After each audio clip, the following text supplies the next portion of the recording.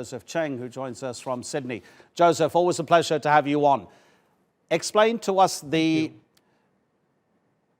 relationship, let's call it, between basic law, that mini constitution that came into force in Hong Kong in 1997 when the UK handed Hong Kong back to China, the relationship between that law and the national security law. Is it possible for an opposition member in the LegCo to believe and follow basic law while still complying with the new national security law in Hong Kong? The basic law originally allows considerable freedom and room of maneuver for the pro-democracy movement in the territory. But then the Standing Committee of the National People's Congress in Beijing has been reinterpreting the basic law to restrict such freedom and such room of operation. The national security law that you mentioned, just introduced, further impose restrictions and threaten to disqualify or even to prosecute legislators who refuse to toe the Beijing line of nationalism, patriotism, and so on. It demonstrates that Beijing no longer tolerates an effective opposition in the form of a pro-democracy movement.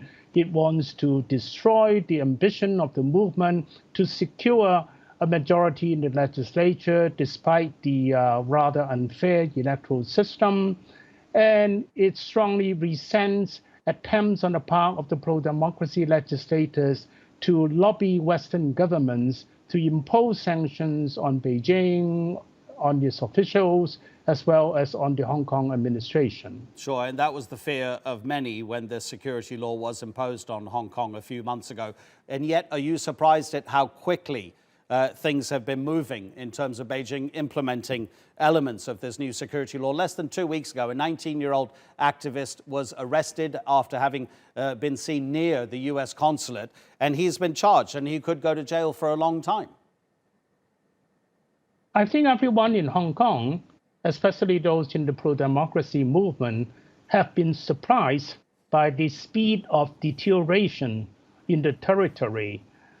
It means that the Chinese leadership believes that Hong Kong is a threat to the stability of the regime in Beijing, which is a bit ridiculous. And it certainly wants to demonstrate that it relies on patriotism and nationalism in the context of deteriorating relations with the Western world. Certainly, Beijing seems to be ready to pay the price, so to speak, through the discarding of the one country, two system model, and imposes strict control and suppression, and it certainly places security of the regime above other considerations. It certainly believes that Hong Kong's economic contributions, its economic value as an international financial center, and so on, can be discounted. What do you make of that then? Because you're talking about the price that Beijing may be prepared to pay and the longer term price. Could it possibly be the end of Hong Kong as the financial hub that it has been for, well, more than 100 years at least? I mean, the British government has called the Chinese ambassador to the UK, to the Foreign Office, to make their displeasure known, and they say that they're thinking about possible sanctions. Sanctions, Joseph, they don't last that long. What are the longer term implications for Hong Kong as an entity and how it fits in with Beijing's grander strategy?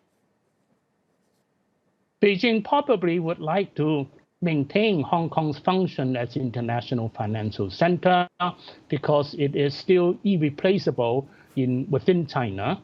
But it certainly places obedience of Hong Kong people and control of the territory above that consideration.